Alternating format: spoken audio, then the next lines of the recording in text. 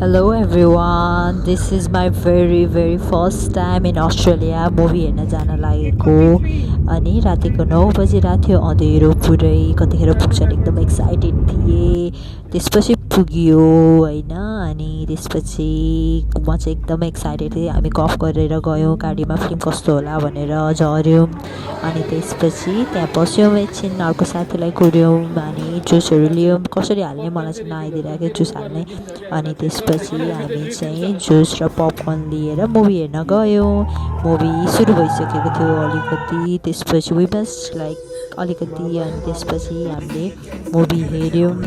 अनि म चाहिँ अलिअलि भिडियो खिच्दै मुभी हेर्दै बसेँ रमाइलो भइरहेको थियो धेरै नै एक्सन थियो रणवीर सिंह एकदमै सिरियस मोडमा थियो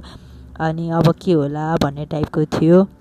सुरुमा भन्दा पनि लास्टतिर चाहिँ झन् धेरै सस्पेन्सहरू टाइपको थियो जे होस् पुरै मुभी हेर्दा चाहिँ रमाइलो लाग्यो मैले चाहिँ फर्स्ट टाइम अस्ट्रेलियामा मुभी हेरिरहेको थिएँ तर पनि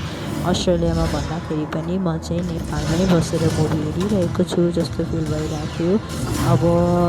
त्यो सबै उस्तै भएर होला अनि त्यहीमाथि नेपालीहरू इन्डियनहरू वरपर भएर होला जे होस् म चाहिँ नेपालमै छु जस्तो फिल भइरहेको थियो